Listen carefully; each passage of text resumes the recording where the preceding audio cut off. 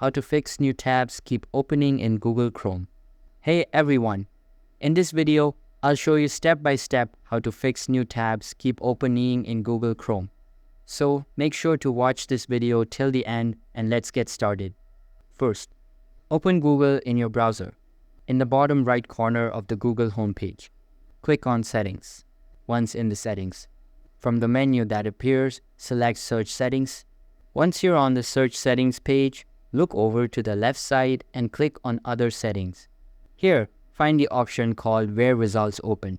You'll see a checkbox that says something like Open each selected result in a new browser window. Make sure this box is unchecked.